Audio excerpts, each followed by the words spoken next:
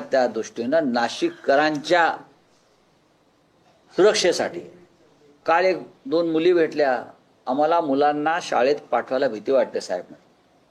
काय होईल, बस कुठल्या खड्ड्यात जाईल आणि मुलांना अपघात होईल सांगता येत नाही. ही परिस्थिती आहे नाशिकची. याच्यावरती कोणी संवेदनशील मनानं बोललंय का? हे जे नाशिकचे आयुक्त आहेत ना, त्यांची ताबडतोब इथून बदली केली पाहिजे. कुणी आणलं तर नाही. ते काय त्यांच्यावर चेहऱ्यावर तुम्हाला थोडी तरी संवेदना दिसते का? इतके खून होऊन जबाबदारी त्यांची आहे ना. कधी फिरल्या रस्त्यावर? त्या सगळ्यांना घ्या आणि नाशिकच्या रस्त्यावर फिरवा. मग त्यांना बाहेर काय परिस्थिती आहे, लोक कसे जगतायत तुमच्या शहरातले, हे त्यांना कळेल. आजचा मोर्चा अभूतपूर्व आहे. नाशिककरांना आम्ही आवाहन केलेलं आहे. सगळे रिक्षावाले, वाहतूकवाले हे त्या मोर्चात सहभागी होते. हे आंदोलन थांबणार नाही. हे आंदोलन संपल्यावरती ज्या ज्या भागात खड्डे आहेत, जिथे जिथे भाजपचे नगरसेवक आणि आमदार आहेत, त्यांच्या घरासमोर आंदोलन करणार. त्यांच्या घरासमोर.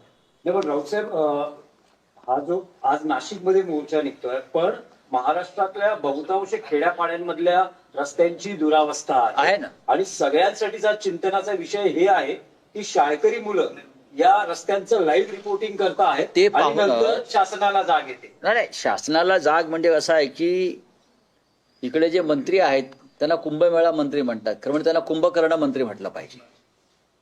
सरकारच कुंभकर्णाच्या भूमिकेत आहे. देवेंद्र फडणवीस आणि नरेंद्र मोदी 2046च्या विकासाच्या गोष्टी करतायत. इकडले रस्ते या देशातले स्पेस टेक्नॉलॉजीनं आम्ही बनवले वगैरे असं ते भाषण करतात प्रधानमंत्री. खड्डे बघितल्यावरती मला असं वाटतंय की नाशिक हे चंद्रावरचं शहर आहे.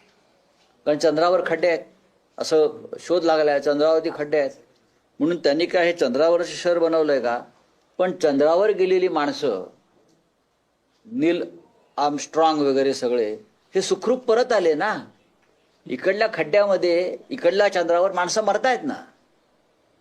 हा, हे नाशिक म्हणजे चंद्र आहे. लाज वाटत नाही का या लोकांना? किती भ्रष्टाचार आहे महापालिकेत. कुंभमेळ्यामध्ये 15,000 कोटीचं बजेट आता 45,000 कोटीवर गेलंय. किती टॉयलेट? आधी 15,000 टॉयलेट बांधणार होत्या, आता ते 55,000 टॉयलेट बांधणार. आणि त्याच्यामध्ये 10,000 टॉयलेट जे आहेत हे VIP टॉयलेट्स आहेत. म्हणजे काय असतंय ते? पुण्यातले एक माहिती अधिकारातले प्रमुख कार्यकर्ते आहेत विजय कुंभार म्हणून, त्यांनी हा फार चांगल्या पद्धतीने प्रश्न मांडला. VIP टॉयलेट म्हणजे काय? त्यांना काय वेगळं होतं काय? सोन्याचं वगैरे काय हे VIP येणार आहेत ते? हे अशा तऱ्हेनं टॉयलेटमध्येही पैसे खायचे. म्हणजे कसं काय हे इकडले चंपतराय मला कळत नाही. म्हणजे टॉयलेटमध्ये लोक पैसे खायला लागले कुंभमेळ्याच्या निमित्तानं. हे हिंदुत्ववादी.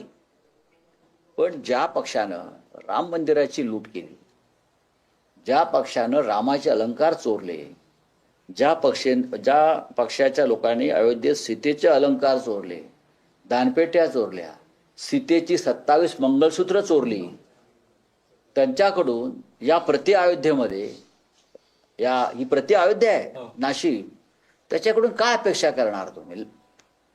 यांची माफी पण लोक स्वीकारणार नाहीत माफी मागितली तर. अशी परिस्थिती आहे. शहरामध्ये जसे खड्डे आहेत तसं नाशिक त्र्यंबकेश्वर रस्त्याचं काम सुरू आहे. श्रावणाचा महिना आहे, प्रचंड त्रास होतो भाविकांना, कारण एकच रोड सुरू आहे, तिथेही चिखल होतो. बघा, श्रावण आहे, हे स्वतःला महान हिंदुत्ववादी समजतात.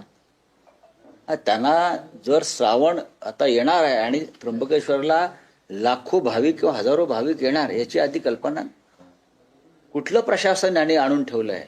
कुठले राज्यकर्ते आहेत? देवेंद्र फडणवीस जे शेंडीला गाठ बांधून भाषणं करतात विकासाची, दुष्काळ मुक्त करू आणि अमुक करू आणि तमुक करू, आधी खड्डे मुक्त करा. आधी खड्डे. दत्तक आहे ना तुमचं हे गाव, तुम्ही दत्तक घेतलंय ना, विसरलात का? इलेक्ट्रिकचे शॉक दिले पाहिजे सरकारला शुद्धीवर येण्यासाठी.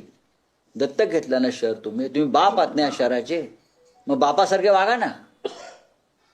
तुमचा दत्तक मुलगा गिरीश महाजन कुंभमेळ्यात पैसे खात आहेत आणि तुम्ही काय म्हणता हे शहर माझं दत्तक आहे म्हणून? कुठलं दत्तक विधान केलं तुम्ही? पण साहेब आजच्या मोर्चाच्या निमित्तानं आपण प्रशासनाला सरकारला काही अल्टिमेटम देऊ इच्छिता का? बघा, अल्टिमेटम कामं हे पूर्ण होणं नाही, गरजेचं आहे. अल्टिमेटम असं आहे की हे जे सरकार आहे किंवा हे जे इकडलं प्रशासन आहे हे मुरदाड आहे, निर्दय आहे. वारंवार अहो त्यांना दिसत नाही का? आम्ही अल्टिमेटम कशाला द्या? 80 किती नगरसेवक आहेत भाजपचे? 80. हा, 72 नगरसेवकांचे काय डोळ्यांची बुबळं बाहेर आली आहेत का? या रस्त्या तुमचे इकडले भाजपचे आमदार आंदोलन करतायत खड्ड्याविरुद्ध, राजीनामा द्या ना. मखमलाबादला मी गेलो,